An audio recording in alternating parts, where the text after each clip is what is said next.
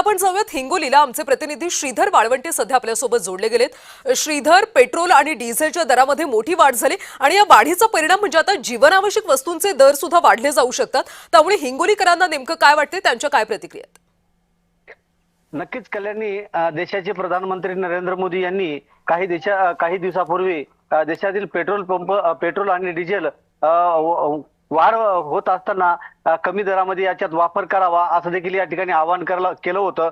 परंतु आज सकाळी 7 वाजता डिझेल आणि पेट्रोलमध्ये 3 रुपयाची वाढ झाल्याने या ठिकाणी हिंगोली जिल्हाभरामध्ये नागरिकांमध्ये एक मोठी खळबळ देखील उडाली होती. खरं म्हणजे 2 दिवसापूर्वी जे आहे ते